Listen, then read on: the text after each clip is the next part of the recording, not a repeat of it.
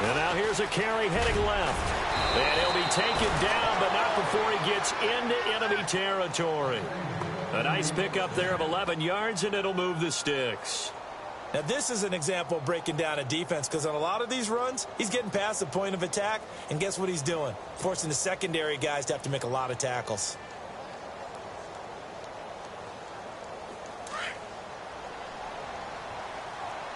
Possible run anticipation here as the D-line sandwiches together. Now a handoff as they run left side. And he gets this inside the 35-yard line. Back-to-back nice gains. That one for 14 yards and another first. I know anytime you watch a team run the ball really well, there's some pinball effect, people bouncing off of each other. There's also some things of beauty in there when you see these nice, explosive, strong runs. And this guy, he knows how to carry the football really well and continually wants the football. Why? He knows his offensive line's going to give him great effort, and he gives great effort himself to finish off runs.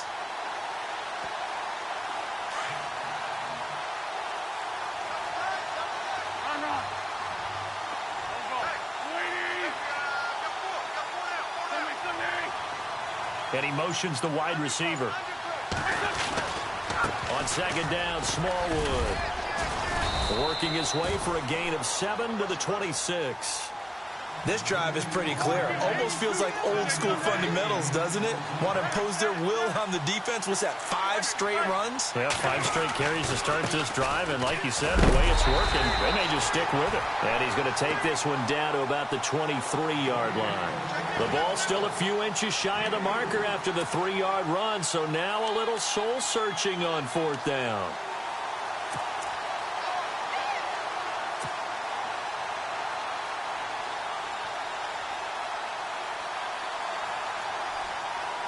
It would be a very makeable field goal try from here, but instead they're going to go for it. It's a sneak. It's Wentz. And he'll be touchdown here, but not before he does pick up the first. Only a yard there on the keeper, but that's all he needed. First down. Now, that was a little bit longer distance than you would expect to see for a quarterback sneak. Normally, it's 4th and 1, 4th and inches. But when you get interior linemen trying to get upfield for a pass play, sometimes you can blow past them on the sneak, and it worked well for them. And down inside the 15, shy of the 10. Give him 10 yards on that one, and that'll earn him a fresh set of downs.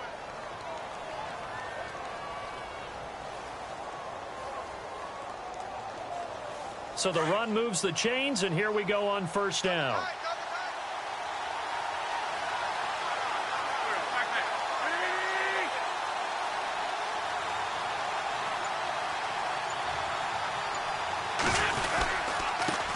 And to give this time to the tailback. And a pickup of about 4 down inside the 10 to the 8-yard line. Officials so cognizant of that call nowadays, but that would look pretty easy. Yeah, you're right. They took out of their hands having to wonder whether it's a 5-yard or a 15-yard inadvertent or not. Now, it's a lot easier. You see it, you call it.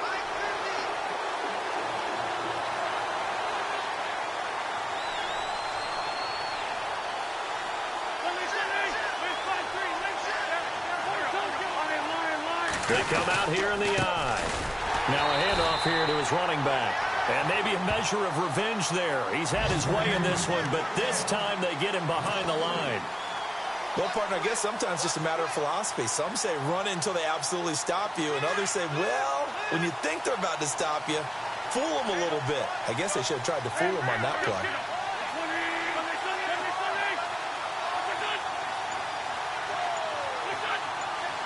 Second and goal. Defense digging in again here.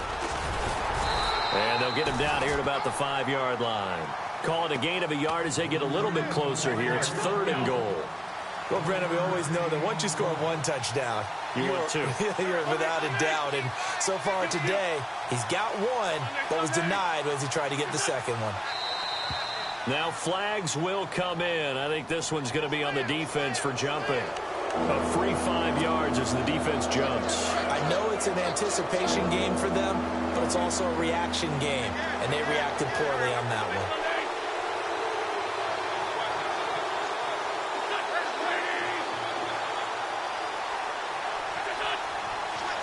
Both the run and pass still in play here on 3rd and goal from the 3. And this one will wind up with him losing yardage back to the 4-yard line. Call it a loss of 2 on the play. And that will bring up an interesting decision here on 4th and goal. Meanwhile, down in Dallas, and really pouring it on now with the Cowboys. So on 4th down, out trots the kicker in a big spot here. This to make it a 2-score game. And Forbath will put this one through, and the lead stretches to 9. It's now 12-3. So his second field goal of the game, and that could turn out to be the big one. Yeah, you have to make them score twice to beat you, and that's not impossible. But here in the 4th quarter, puts their backs clearly against the wall. Solid return, pretty good field position. They'll start at the 32-yard line. And New York set to take the field. And last time wasn't pretty. One play and an interception. We'll see if they can do better. I want to see if they want to go ahead and throw the ball again now on this drive after what happened on the last one. Throw it on the first play. Give the quarterback some confidence. See what happens. Let's go. Hey. Trying to shake off the interception from the last drive. He'll look to throw. He's got the hook up to Odell Beckham. Give him 12 yards on that one. It earns him a fresh set of downs. That's the number 2 receiver in the NFL in terms of yardage. And tell you what, a few more plays like that, he won't be number 2 for long. Well, that's what often happens when you have competitors running around the field. These guys know where they stand in relationship to yardage, totals, numbers, the whole deal. Look at this, middle of the field, a breakaway. And all the way in. Touchdown, New York. Evan Ingram, his 3rd touchdown now on the year. And the Giants have got it back to a 1-score game. And the lead is down to 2.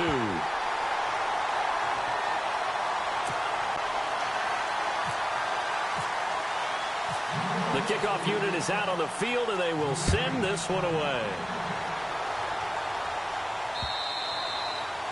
And he almost flirted with disaster there, but it does get into the end zone before going out, and they'll bring it out to the 25. The Eagles offense now, they head back on the field. And last time they got 3 points, but it was a chip shot field goal. And when you go to the sideline after a chip shot field goal, maybe the offense not too happy. It's a balancing act, isn't it? Because you're exactly right. They're none too pleased that they didn't punch it in for 6 points. But we also have to remember they did put points on the board. 3 points is 3 points. And in this league, you take points when you can get them. Not easily done. That one goes for 13 yards, and it moves the sticks.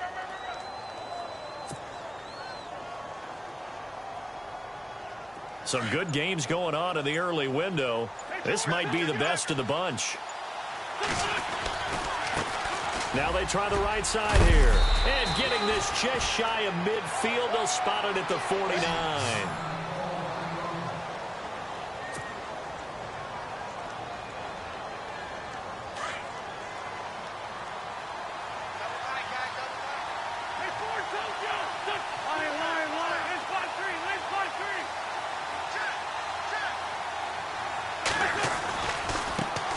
Now a handoff working right. And he'll be brought down right at midfield after a gain of only a couple. Offensively with the lead, you want to run the ball, keep the clock going, but you also want to still kind of be in attack mode too, right? So how do you do that and not come back on your heels? And I think about all the practices we've watched where they have that tempo period to go over things just like this, where they describe the scenario, tell you what they're looking for, and make sure that they're still attacking, yet at the same time not going so fast as to leave too much time on the clock. 9 yards on the pickup there, and it keeps the drive alive.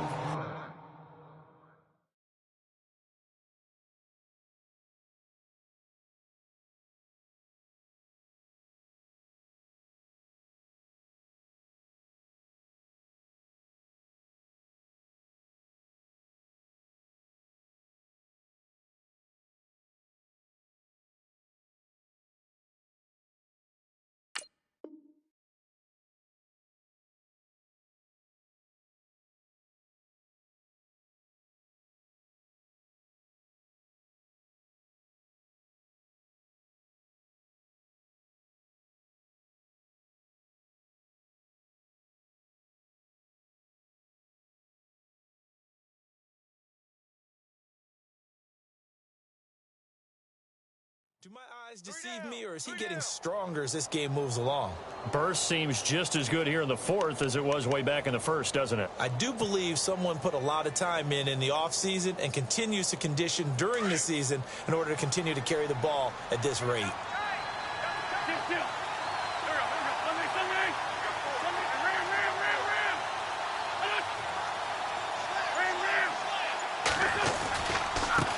Now they try the right side here. And some room to work. And he gets this one all the way down inside the 20-yard line. That good for 22 and a first down. Sometimes those lines that are drawn on a grease board or in a playbook, they come to life out on the field, don't they? And we just saw down that outside handoff to the right. That right tackle, he gets excited for that call, doesn't he? He does, because he just wants to dominate his guy and say, listen, I was the point of attack. I took care of business. That's why you're able to get downfield and add all those yards to your total. Yeah, really nice gain there. Now a handoff looking right. Oh, no, he lost the football. And who's got it? The Giants. Well, partner, here's where team football gets tested a little bit, because I know the defensive guys were over there chilling on the sidelines, and all of a sudden, they heard the sudden change call because that fumble puts them right back on the field. And they've got to go out and finish the game now themselves. Absolutely. Nursing that slim lead here in the fourth, a costly turnover. And let's see what the defensive coordinator may have up his sleeve here to try to get this final last stand and win this football game. They start on the ground with Gallman. And he'll get this up to the 34-yard line. Give him 11 yards that time and a new set of downs. Absolutely love the run right there. This guy's known for his quickness, but also for his speed, and he's able to get to the second level almost before you blink. You can give him any type of blocking.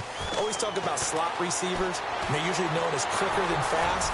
In this case, we've got a guy who's quick and fast, and he used it to great advantage. He'll get just a yard on the scramble. It's second down.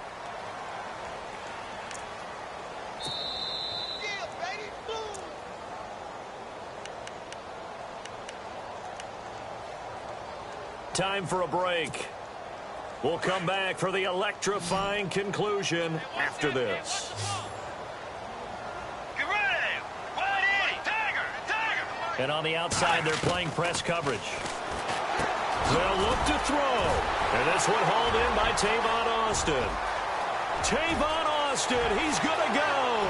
Touchdown, Giants. Tavon Austin, his third touchdown now on the year. And the G-men have taken the lead here in the fourth. Wow, I know it's a never-say-never situation, but to me, that looks like that's the one that's going to finish them off. The score that puts them in front here late, but now you got to rally your kick team, don't you, and say the last thing we need is a big return. And what happens is guys get overeager, get out of their lane because they're so excited they want to make the last tackle. You mess up, could come back at you a long way.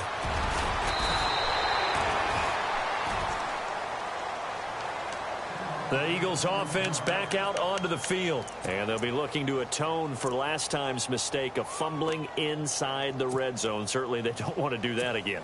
And so much emphasis placed on red zone offense. I mean, you have periods devoted in practice just for that because everyone knows how vital it is to put points on the board when you've entered that part of the field. And to come away with nothing, that's difficult for a team to handle. And difficult, and now we'll see if they can make it less difficult on themselves on this drive. It's a pickup of 4, and it'll bring up second down. Now Wentz signaling frantically, let's get to the line. And he'll give it here to his running back. And able to stay on his feet past the 30 to about the 33-yard line. Give him 4 on the carry, and it'll make this a third and about 2. On any running play that's called, they're always hoping that it's going to break big and go the distance. But when you get a nice gain like that, you're able to do so many things anyway. You can come back and run essentially the same play again, continue to move the ball on the ground, or you can decide to throw the ball now because usually you have the defense back on its heels.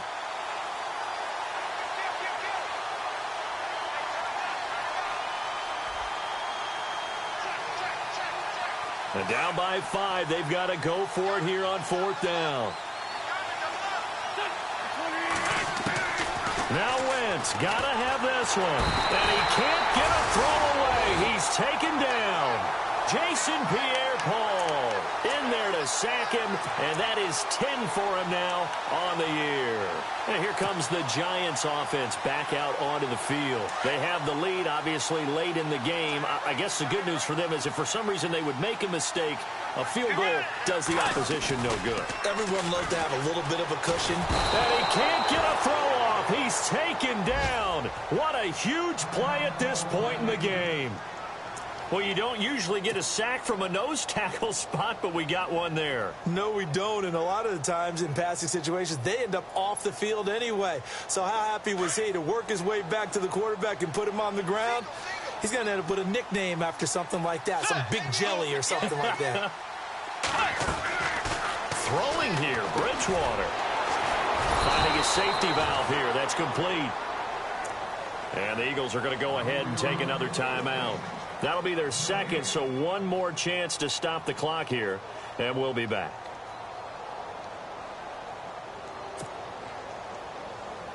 The Giants on third down, 0 for 3 to this point. They could use a conversion. This is 3rd and 16. Let's go.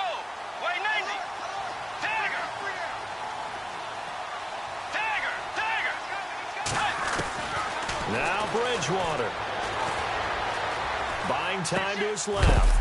Throw left side complete. It's Shepard. And now we're going to get a timeout here called by the defense. It'll be their 3rd and final timeout, so as they talk things over, we'll step aside.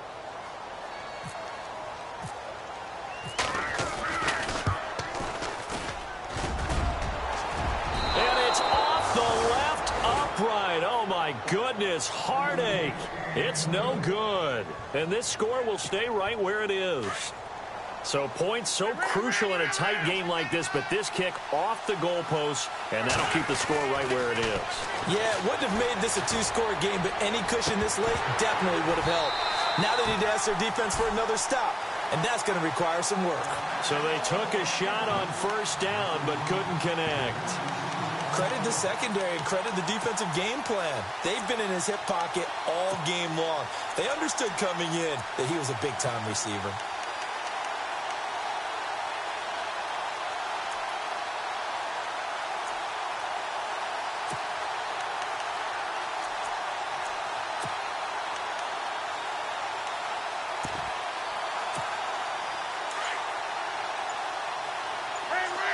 And no press coverage here. They are backing off in the secondary. He's back to throw. And he can't get a throw away. He's taken down. Olivier Vernon in there to take him down, and the clock will roll. They'll get to the line here, but remember, it's also 3rd down.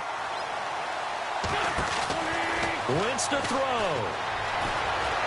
Forced out to his left. Now a desperation throw deep. And, a crusher there as it's intercepted. Picked off by Landon Collins. And his guys are going to take over at the 21-yard line. Not the best of plays there as a quarterback. You're right-handed, rolling left, trying to throw it that far downfield. I remember a coach of mine saying, son, that's the equivalent of trying to get the car keys out of your pocket with your opposite hand while you're trying to run. You just can't do it. Down to a knee goes Bridgewater, and that ought to do it.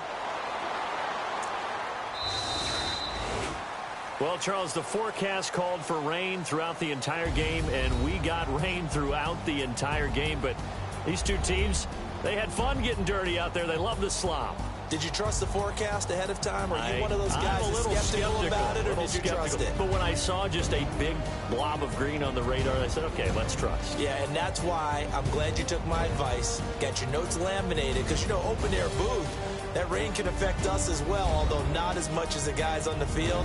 But let's face it, it's kind of fun to watch these types of games, isn't it? It is. By the way, how impressive is it that you travel with a laminator? I didn't even know there was a portable laminator. The things that you learn. Golly, wise beyond his years.